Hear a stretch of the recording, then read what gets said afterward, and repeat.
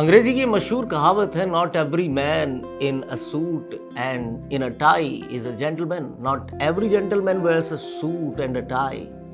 इसका मतलब हिंदी में होता है कि सूट और टाई पहना हुआ हर आदमी शिष्ट नहीं होता, और हर शिष्ट आदमी सूट और टाई पहने ये भी जरूरी नहीं है। दूर तक निगाह डालने के बाद आपको इन दोनों बातों को एक साथ पूरा करने वाले बहुत कम लोग नजर आते हैं। उनमें से एक थे मशहूर अभिनेता सुनील दत्त। सुनील दत्त बेहद विनम्र और सरल आदमी थे।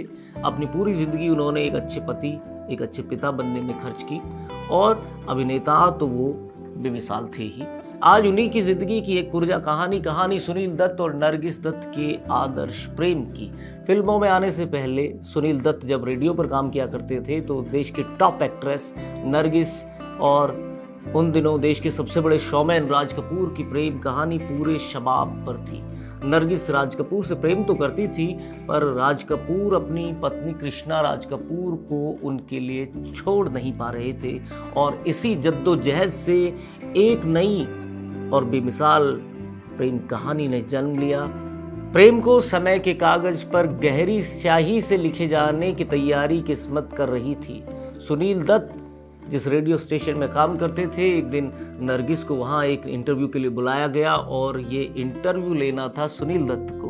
इंटरव्यू शुरू हुआ, पर सुनील दत्त हिंदुस्तान की इतनी बड़ी अभिनेत्री का इंटरव्यू लेने के दौरान नर्वस हो गए और वो एक शब्द भी नहीं बोल पाए। नरगिस मुस्कुराई और वहाँ से चली गई, लेकिन सुनील दत्त को रेडियो स्टेशन से नौकरी से निकाला जाना तय हो गया। पर सुनील दत्त ने किसी तरह से अपनी हालत का हवाला देकर ये नौकरी बचाई। वक्त बीतने के साथ सुनील दत्त भी फिल्मों में आए और किस्मत फिर उन्हें नरगिस के पास ले आई। फिल्म मदर इंडिया की शूटिंग के दौरान का वो किस्सा आप सभी को पता होगा कि किस तरह से एक गांव के सेट पर लगाए गए घास फूस में वहां पर आग लग गई थी, और सुनील दत्त ने नरगिस को अपनी जान पर दांव लगाकर बचाया। सुनील दत्त का पूरा करियर खत्म हो सकता था, क्योंकि नरगिस को बचाने के दौरान उनके चेहरे पर काफ़ी बर्न्स आए थे, पर किस्मत उनको सिनेमा का टॉप स्टार तो बनाना चाहती ही थी, बल्कि एक ऐसी महिला के करीब भी लाना चाहती थी जो सिर्फ अपने हक का प्रेम इसी दुनिया में ढूंढ रही थी, और वो थी नरगिस।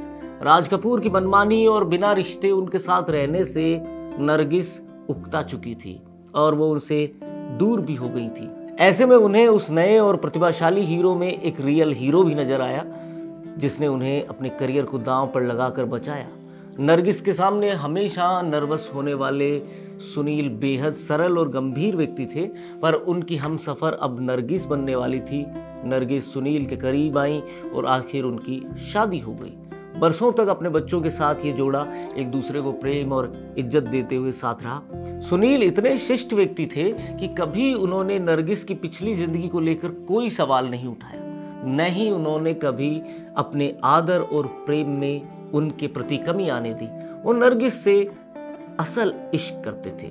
नरगिस और सुनील दत्त की जिंदगी में सब कुछ अच्छा चल रहा था, लेकिन उस वक्त तो जैसे सुनील दत्त की दुनिया ही पलट गई जब उन्हें पता चला कि नरगिस को कैंसर है। दोनों के बच्चे उस वक्त छोटे थे और सुनील दत्त नरगिस से भी ज्यादा सदमे में थे। सुनील ने नरगिस का हर संभव इलाज कराया। वो नरगिस को किसी भी हाल में बचाना चाहते थे।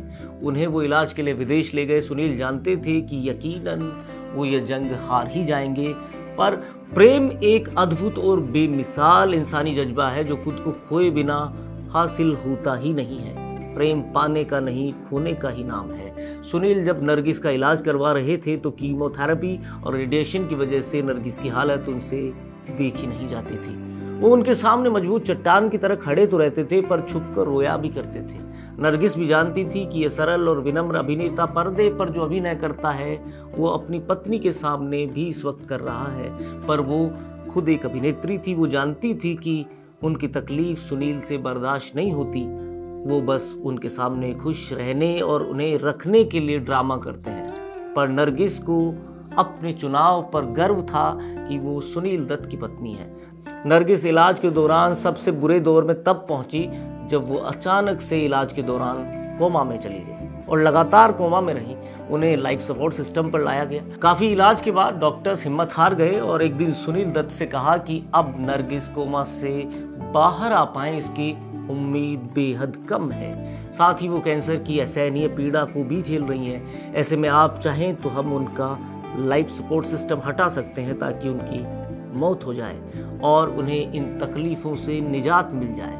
ये सुनकर सुनील दत्त गुस्से में डॉक्टरों पर चिल्ला पड़े। वो बोले कि किसी भी कीमत पर वो नरगिस को मरने नहीं देंगे। खुद ईश्वर जब चाहेगा तब उन्हें अपने पास बुला लेगा, पर ना वो नरगिस के मरने की कल्पना कर सकते हैं और अपने आखिरी दम तक उन्हें बचाने का हर संभव प्रयास वो करेंगे। कुछ समय बीता और हैरत अंगेज ढंग से नरगिस कोमा से बाहर आ गई और सुनील दत्त की खुशी इतनी थी कि जहां वो मुस्कुरा रहे थे तो हर कोई उन्हें देखकर खुशी के आंसू बहा रहा था। इसमें वो डॉक्टर्स भी शामिल थे जिन्होंने सुनील दत्त को नरगिस को वेंटिलेटर से हटाने की सलाह दी थी। नरगिस और सुनील दत्त के बेटे संजय दत्त की पहली फिल्म रॉकी रिलीज होने वाली थी और नरगिस फिल्म के प्रीमियर पर जाने की तैयारियां कर रही थी। हालांकि वो उस वक्त बेहद बीमार भी थी, लेकिन वो संजय और सुनील दत्त के साथ बैठकर अपने बेटे की ये फिल्म देखना चाहती थी। पर इस बार ईश्वर की मेहरबानी मुट्ठी में भरी रेत की तरह सुनील दत्त के हाथ से फिसल गई। नरगिस अचानक से बीमार हुई और रॉकी की रिलीज से पहले ही वो दुनिया को अलविदा कह गई।